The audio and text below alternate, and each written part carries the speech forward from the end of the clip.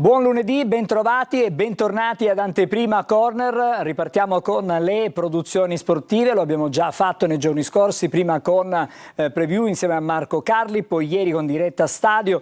Avete visto tutti la partita in diretta tra il Foggia ed il Catania e adesso torniamo prima a quest'ora con Anteprima, stasera con Corner. Con me c'è Alessandro Vagliasini in studio. Bentrovati. E allora parleremo di Catania, ma non solo di Catania, anche la Serie B, nonostante il campionato abbia osservato un turno di stop, si lavora già comunque in casa Palermo per la prossima sfida e poi parleremo delle vittorie importanti del Siracusa sulla Salernitana, del Trapani sul Casarano. Due vittorie che, nonostante i grossi problemi societari dei due club, rilanciano comunque anche diciamo, da un punto di vista dell'umore le due società siciliane. Ma adesso andiamo a vedere con il supporto anche della grafica quelli che sono stati i risultati fin qui chiaramente acquisiti, considerato che ci sono ancora delle partite e partite importanti anche questa sera fra le altre cose, in particolare per il Catania c'è il Benevento che scenderà in campo e lo seguiremo chiaramente durante anche il Cosenza. Anche il Cosenza, quindi stasera avremo modo di vedere, ma questi sono i risultati che fino a questo momento hanno così rispecchiato il campo, le partite giocate. Picerno Cerignola 1-1, Cavese Sorrento 1-0, Atalanta Under 23-1 Latina 2, poi Foggia e Catania che hanno pareggiato 1-1, pareggio 0-0 tra Potenza e Giuliano, il Siracusa ha battuto 3-1 la Salernitana, il Trapani ha superato 1-0 invece come dicevamo il Casarano. In programma questa sera Altamura Casertana, Benevento Crotone, Cosenza Monopoli. La classifica determinata da questi risultati, in attesa chiaramente ancora dei match in serale delle 20:30 di oggi, quella che viene a proporci la grafica, il Catania in testa con 42 punti, ma dobbiamo dunque aspettare l'esito della sfida tra il Benevento e il Crotone, Benevento che ha 41 punti, poi la Salernitana a 38, il Cosenza a 36, a 35 punti la Casertana, 28 per il Crotone, stessi punti per il Casarano, a 27 c'è il Monopoli, Trapani e Potenza 26, Cerignola 25, Atalanta Under 23 a 22 punti, poi a 21 Cavese, Sorrento e Siracusa, quindi Siracusa ha lasciato quella che è la zona play out, poi ci occuperemo delle difficoltà e capiremo se questo deferimento che tipo di conseguenze potrà avere in termini anche di penalizzazione. Altamura 20, Latina e Foggia 19, Giuliano 16, Picerna 15, problemi non mancano in casa Trapani perché c'è un altro deferimento e anche lì ci potrebbero essere nuovi guai. Alessandro, noi cominciamo dal Catania che ieri ha riproposto quelli che sono i vecchi antichi problemi di questa stagione del Catania in trasferta. Una squadra che comincia abbastanza bene la partita, ma poi con il passare dei minuti si va un po' spegnendo, lasciando campo e iniziativa anche agli avversari. Un po' la difficoltà di questa squadra quando deve costruire e fare la partita. Sì, anche perché la sensazione è che le avversarie abbiano un po' capito come affrontare il Catania e servono nuove idee. Perché questa è una squadra che almeno nelle apparizioni in trasferta che abbiamo constatato in questa stagione, è una squadra che non ha delle alternative valide quando l'attaccante di riferimento, in questo caso Forte, o i due trequartisti non riescono a chiudere l'azione con il lavoro degli esterni che meriterebbe sicuramente una maggior concretizzazione. Per il tipo di gioco che esprime il Catania servirebbe un maggior contributo da parte dei centrocampisti, ma per caratteristiche né Quaini né Di Tacchio né Corbari sono giocatori in grado di raccogliere i frutti di questa mole di gioco che il Catania riesce comunque a sviluppare. E questo è un tema che si sposa con l'altro, cioè l'opportunità in certe gare di giocare col doppio attaccante, perché con l'ingresso in campo in Rolfini ieri abbiamo visto sicuramente una maggior profondità, una occupazione degli spazi più consona al tipo di partita che il Catania doveva fare. Quindi per certe gare, non dico come abito di tutte le gare, ma per certe gare l'opportunità di giocare col doppio attaccante è una cosa su cui bisognerebbe riflettere. E dal mercato... Ma questo è un tema di carattere anche tattico, sì, nel assolutamente. senso che spetta allo staff tecnico, in primis chiaramente a Toscano, trovare delle soluzioni diverse per dare alla squadra delle opportunità anche, diciamo, non sempre, esatto, sempre i stessi temi. No, ma anche, tra l'altro, scusami Angelo, è un tema che ha aperto lo stesso Toscano ieri a fine partita, dicendo l'occupazione dell'area di rigore deve avvenire con maggior costrutto. Allora, se tu vuoi occupare meglio l'area di rigore, non c'è soluzione più consona che quella di riempirla con più attaccanti. Ieri mancava Lunetta, la scelta è ricaduta su D'Ausilio anziché su Rolfini, perché questo era il ballottaggio della vigilia. Però il campo poi ha detto che ti serviva di più Rolfini, non che D'Ausilio abbia demeritato, però per dare maggior sostegno anche a Forte, perché Forte poi gira e rigira finisce in una sorta di isolamento, perché è costretto sempre a tre difensori. Esattamente, quindi funzionale sarebbe stato secondo me l'impiego di Rolfini al posto di D'Ausilio, ma probabilmente l'indisponibilità di Caturano ha indotto Toscano a tenersi Rolfini in panchina per avere una carta da utilizzare in corso di gara. Io ti ho interrotto mentre tu aprivi una parentesi di carattere di mercato legato anche al tema al centrocampista. Esattamente. Sì, infatti dicevamo, per caratteristiche né Quaini né Di Tacchio né Corbari hanno dimostrato continuità in zona conclusiva, perché comunque sono giocatori che tutto sommato arrivano raramente al tiro, sono bravi nell'interdizione, nel primo giro palla, ma non arrivano fino al limite dell'area per sfruttare il lavoro degli esterni. E allora dal mercato magari ti serve un giocatore a centrocampo che sostituisca Loi con frequenze più alte, un giocatore che abbia un passo magari più rapido e che riesca anche ad avere una qualità balistica discreta alla media distanza, perché poi quando le squadre si chiudono avere una soluzione dai 20 metri, dai 25 metri è fondamentale, perché magari con un tiro da 25 metri vinci la partita e sfrutti quello che non sei riuscito a sfruttare facendo quel gran lavoro sulle corsie esterne con gli interscambi tra il trequartista e il quinto di centrocampo. Tema mercato lo affronteremo questa sera durante Corner. Sì, dobbiamo anche aggiornare per quel che riguarda i ruoli ancora da coprire, sia il difensore che il centrocampista.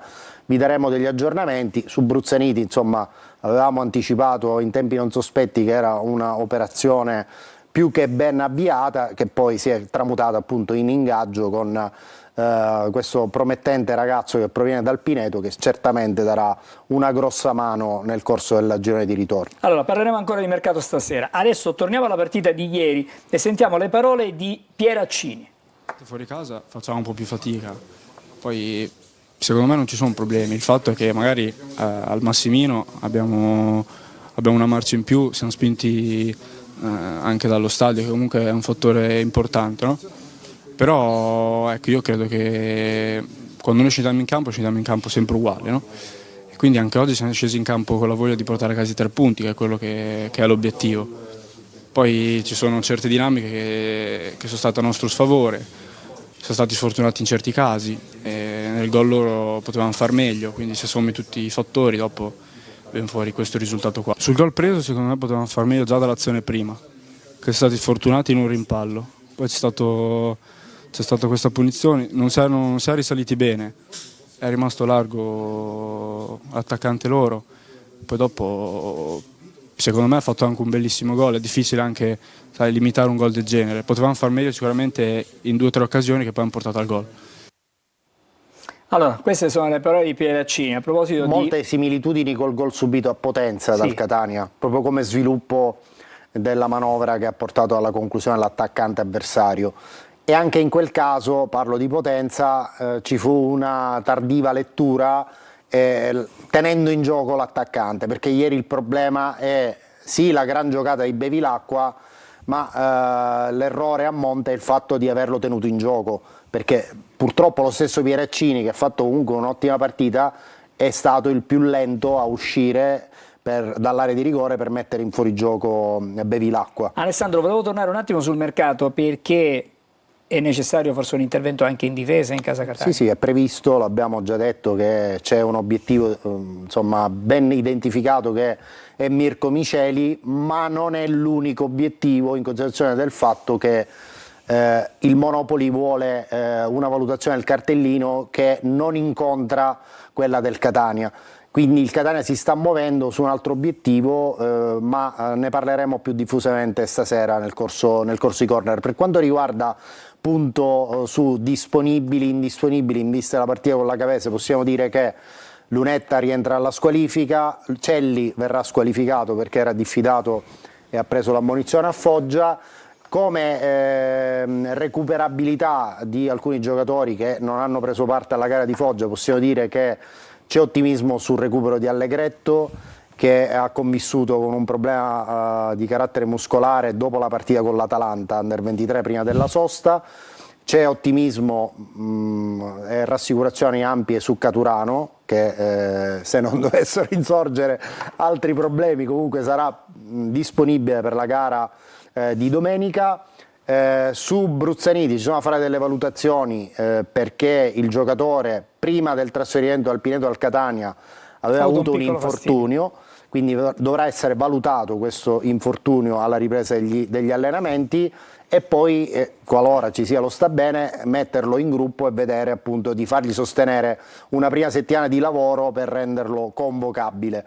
Per quanto riguarda invece Mario Ierardi, sta iniziando ad allenarsi, riprenderà ad allenarsi, però rispetto alla tabella di marcia che avevamo preventivato che lo portava a essere convocabile per la partita di domenica con la Cavese, questa tabella di marcia è leggermente più a rilento, quindi è probabile che tutto sia rimandato di un'altra settimana. Allora, torniamo per chiudere con la partita di ieri ancora e ci occupiamo ancora il top del match, che è un giocatore di cui abbiamo già parlato. Sì, il giocatore in questione è Alex Rolfini, un ragazzo del 96, originario di Portomaggiore, provincia di Ferrara, è un destro di piede, indossa la maglia numero 9, questa stagione purtroppo ancora senza gol, in 8 presenze, però un rendimento in netta ascesa da un punto di vista proprio dell'esplosività, della brillantezza, è andato veramente vicino più volte al gol, con l'Atalanta ha preso il palo, ieri insomma Perucchini ha salvato il pallone un millimetro prima che varcasse completamente la linea bianca e gli servirebbe un gol anche per interrompere questa striscia negativa in termini realizzativi che ci contraddistingue appunto la statistica, con l'ultimo gol realizzato che risale al gennaio 2025, quindi un anno sostanzialmente, nella gara, realizzò un gol nella gara Vicenza Alcione Milano 4-1, lui militava nel Vicenza. Peccato davvero, perché è un giocatore che quando entra in campo molto spesso riesce a strappa, diciamo è un giocatore che nell'uno contro uno molto veloce, ha un numero importante, dà superiorità alla squadra in fase offensiva, quindi insomma manca questa ciliegina che potrebbe essere il gol. Prima di salutarci, possiamo anticipare ancora qualcosina sui temi che affronteremo poi stasera a Corner? Sì, stasera appunto torneremo sugli obiettivi di mercato, abbiamo già detto la difesa, ribadiremo quella che è la strategia del club sul centrocampo e quindi il Catania è al lavoro già da diverse settimane per cercare di stringere il cerchio, in considerazione del fatto che prima arrivano questi nuovi rinforzi e prima saranno ovviamente disponibili e funzionali alle esigenze di Toscano. Il fatto di aver portato Bruzzaniti a Catania all'apertura del calciomercato è un fatto importante. L'auspicio è quello che è l'intendimento della dirigenza, è quello di completare l'organico con questi due arrivi, il difensore e centrocampista, in tempi brevi.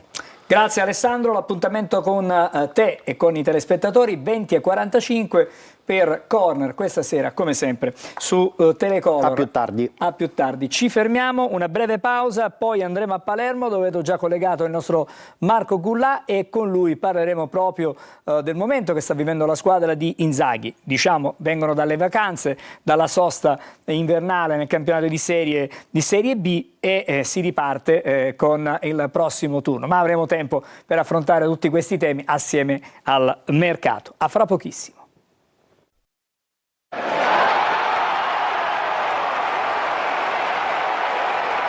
Allora, siamo di nuovo insieme, stavolta per parlare di Serie B. Buon pomeriggio a Marco Gullà.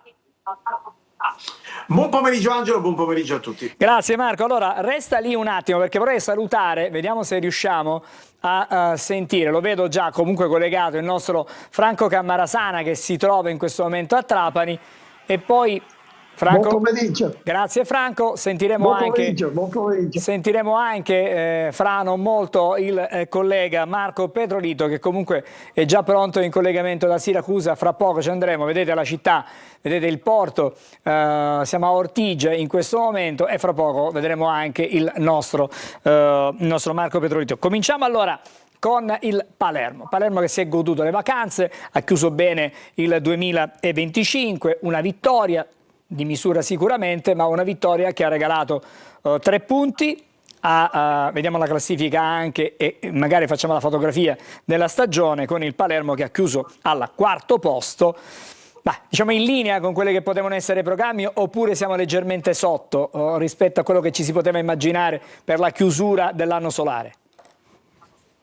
Ma Angelo, per l'etichetta che è stata assegnata al Palermo alla vigilia proprio del campionato, dell'inizio del campionato, sicuramente i tifosi speravano in qualcosa in più, quantomeno che il Palermo potesse essere già nella comfort line, diciamo, definiamola così, quindi nelle prime 2 posizioni. Così non è via di un rendimento ondivago, di un up and down che ha comunque in un certo momento della stagione palesato poi alcune lacune della squadra siciliana, che però comunque nella parte finale dell'anno si è ripresa, ha inanellato una serie di vittorie consecutive, l'ultima dopo il pari di Avellino con il Padova, che ha permesso appunto di chiudere al 4° posto. Ovvio che adesso gli obiettivi sono ben altri, il 2026 deve essere in teoria l'anno che deve regalare la promozione a questa squadra, o dalla porta principale, quindi o con la promozione diretta, o dai playoff, qualora appunto il Palermo non riuscisse a raggiungere le prime due appunto posizioni. È ovviamente un campionato particolare, Angelo, un campionato abbastanza difficile, perché il Palermo, seppur abbia una rosa di qualità, perché chi è che ha Poyampalo in attacco? Poyampalo anche in Serie A farebbe grandi cose, e invece si ritrova in B. Chi è che si è permesso addirittura di dare un giocatore come Brunori in prestito alla Sampdoria? Non credo nessuno nella cadetteria. Però seppur il Palermo abbia questi giocatori, abbia questa qualità, ancora non riesce ad esprimere al meglio il 100% delle sue potenzialità, e soprattutto a compiere il cosiddetto salto di qualità. È sembrato sempre lì un tantino dal poter insomma decollare, però poi alla fine non c'è mai riuscito. Pur vero che ovviamente ancora tutto è in ballo, perché i punti di distacco, l'abbiamo visto anche dalla classifica, dalle prime 2 non sono tantissimi, però io temo soprattutto il Venezia. Il Venezia è terzo, però come ho già detto più volte anche nel corso dei collegamenti qui ad anteprima, il Venezia secondo me è la squadra più forte del campionato, anche più forte del Monza, più forte del Frosinone, quindi secondo me alla fine, alla lunga, il Venezia sarà la squadra da battere. Ovvio che un modo, una chiave per poter colmare questo gap c'è, ed è il mercato invernale. Adesso magari ci arriviamo. E adesso ci arriviamo al mercato, perché abbiamo assistito fino adesso ad operazioni in uscita per quanto riguarda il Palermo. Il direttore sportivo Osti sta lavorando, sta tessendo la sua rete. È chiaro che a Palermo servono giocatori di quantità, ma soprattutto di qualità ulteriore, perché se una squadra si deve preparare al salto di categoria, lo deve fare con giocatori che sono pronti anche ad affrontare la massima serie. Io credo che se una società, al di là dico, il Palermo è innegabile che abbia delle potenzialità economiche importanti, però se una società davvero vuol far fare il salto di qualità alla squadra, deve prendere giocatori intanto pronti, ma soprattutto giocatori che possono alzare il livello di questa rosa. Hai tolto Brunori, ok, va bene, ci sta. Brunori non rientrava nei piani di Inzaghi, in una posizione non sua, è stato ceduto in prestito secco alla Sampdoria, operazione insomma un po' opinabile, perché secondo me comunque Brunori poteva anche essere inserito in altre trattative di mercato, magari per arrivare a qualche giocatore più importante, insomma regalarlo alla Sampdoria per 6 mesi, insomma secondo me è un'operazione un po' anche senza senso. Quindi insomma servono giocatori pronti, giocatori che possano davvero far fare questo salto alla squadra. I nomi che in questo momento circolano non sono nomi di altissima insomma qualità. Si pensa a Pierini del Sassuolo, ma è un giocatore Pierini che non è che sia un killer instinct d'area di rigore. Si pensa a Moreo, ma Moreo comunque in questo momento è un tassello importante del Pisa. Dubito che Gilardino se ne voglia privare. Si pensa a Tramoni, è forse l'unico nome che secondo me alzerebbe quello della rosa, della qualità della rosa, sarebbe proprio Tramoni. Il Pisa però chiede 6 milioni di euro ed è una cifra abbastanza importante, soprattutto nel mercato di gennaio, nel mercato di riparazione. Vedremo se in qualche modo il Palermo riuscirà insomma a intavolare una trattativa con il club nerazzurro e portare Tramoni a Palermo. Sicuramente Tramoni, per quello che abbiamo visto, per quello che ho personalmente visto anche quando Tramoni giocava in B con il Pisa, è un giocatore che insomma che ti fa fare il salto. Però secondo me mancherebbero ancora altri tasselli a questa squadra proprio per provare a colmare il gap dalle prime in classifica.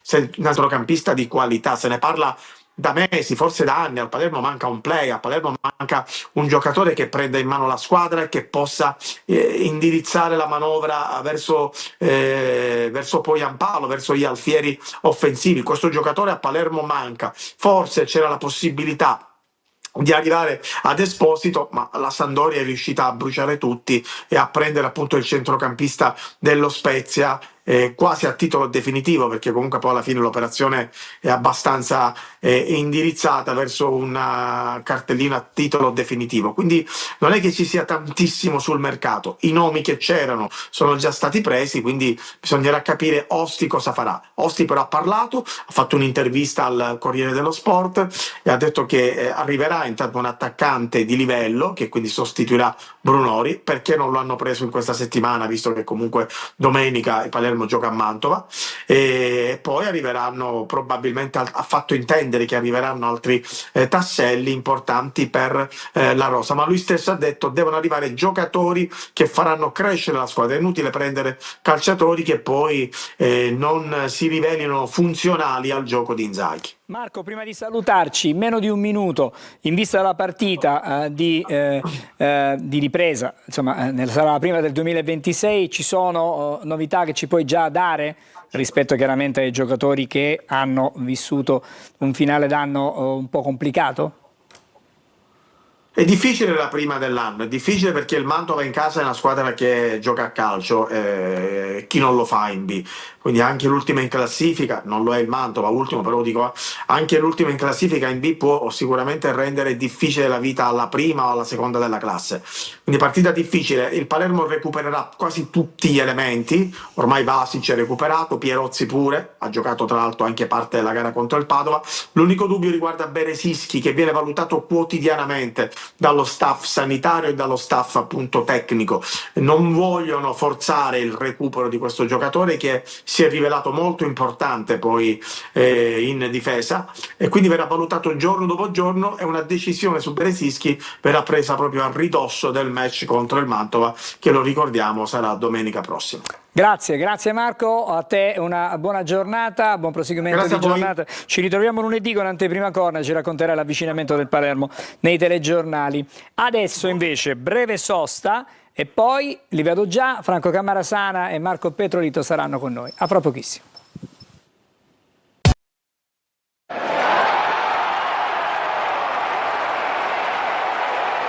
Allora, torniamo a parlare di Serie C come anticipato. Siamo adesso con Franco Camarasana a Trapani, Marco Petrolito invece a Siracusa. Comincerei dalla Siracusa un attimo, Franco, perché quella di ieri è stata davvero un'impresa per la squadra di Turati, che perde pezzi per il mercato in uscita, però ieri ha dato prova di avere un grande carattere, crede veramente nella salvezza, nonostante poi quelle che possono essere le difficoltà societarie, con una inevitabile penalizzazione che è alle porte. Sì, buon pomeriggio Angelo. Azzurri che vincendo ieri con la Salernitana 3-1, dopo il successo prenatalizio con il Trapani con un altro tris di reti, si sono lasciate alle spalle per la prima volta in questa stagione la zona play-out grazie ad una grande prestazione di qualità per un rollino di marcia, lo ricordiamo, davvero incredibile per il Siracusa, che ha visto la squadra di Turati conquistare nelle ultime 10 partite ben 18 degli attuali 21 punti che è in classifica. Siracusa che non perde da più di un mese e che anche ieri, al cospetto di una delle squadre più forti e meglio organizzate del campionato, ha messo in campo tutto ma proprio tutto. Hanno continuato a spingere sull'acceleratore gli azzurri anche grazie ad una condizione invidiabile, proprio nel momento in cui ci si attendeva in avvio di ripresa il ritorno della Salernitana, che sul 2-1 aveva dimostrato di poter avere le qualità individuali importanti per comunque riprendere una partita che la vedeva sotto, ma il Siracusa ha continuato a giocare, come dicevo, ha imposto un ritmo forsennato, è riuscita con tanto sacrificio e soprattutto con il sostegno dei 4.000 tifosi del De Simone a mettere su una prestazione importante, incoraggiante, che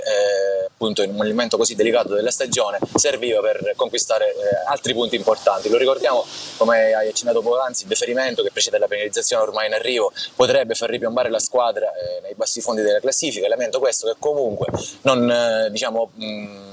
crea pericoli e preoccupazioni eccessive per il Siracusa, che se dovesse riuscire a mantenere questa ossatura con qualche rinforzo, nonostante già ci siano state 4 cessioni, può dire la sua e lottare fino in fondo per la salvezza. Ieri è mancato, lo ricordiamo, forse quello che era stato il migliore del Siracusa nelle ultime giornate, era Simba, che è destinato insieme ad Alme Frosari all'addio, ma la squadra con Frisen, grazie ad una grande prestazione di Limonelli, soprattutto di Capitan Candiano, è riuscita a non far pesare questa assenza e ha conquistato punti pesanti che contro ogni pronostico alimentano le speranze di salvezza e proiettano il Siracusa verso un futuro che comunque è fatto di speranze, considerando che domenica prossima il Sodalizio Azzurro giocherà in trasferta con il Monopoli per una gara anch'essa molto importante, un match che la squadra preparerà al meglio delle sue possibilità. L'andata, lo ricordiamo, il Monopoli vinse in trasferta per 2-1 e l'intento, come detto, è quello di centrare il quinto risultato utile consecutivo e di poter continuare a sperare.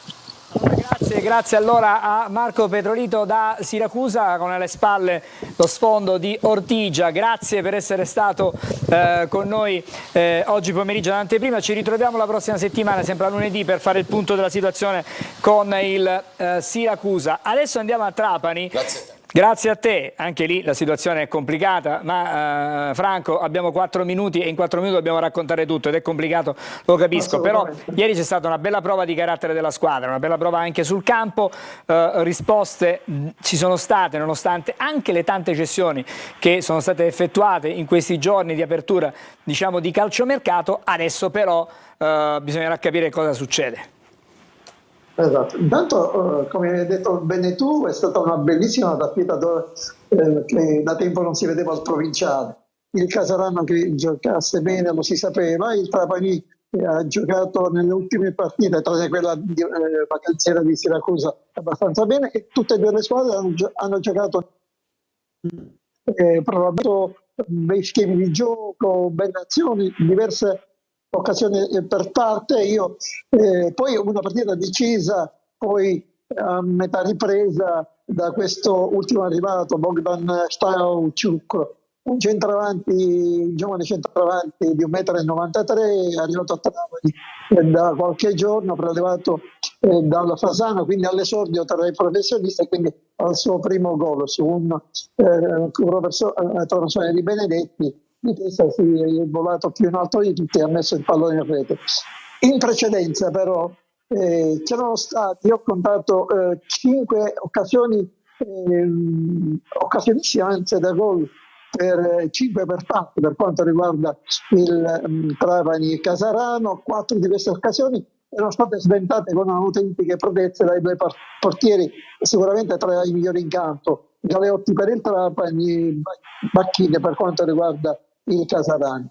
Trapani che ieri ha giocato fra l'altro senza giocatori importanti come Carriero, Ciotti, Negro, trasferiti in altre squadre come Canotto, che è in procinto pure di lasciare il Trapani, ma anche di Ciuferri infortunato e di qualche altro. Però evidentemente la squadra ha ritrovato concentrazione, malgrado, ripeto, le voci sia di mercato, perché altri giocatori del Trapani sarebbero, non dico in procinto di partita, comunque sui quali ci sono interessi da parte di società importanti. Vedremo comunque.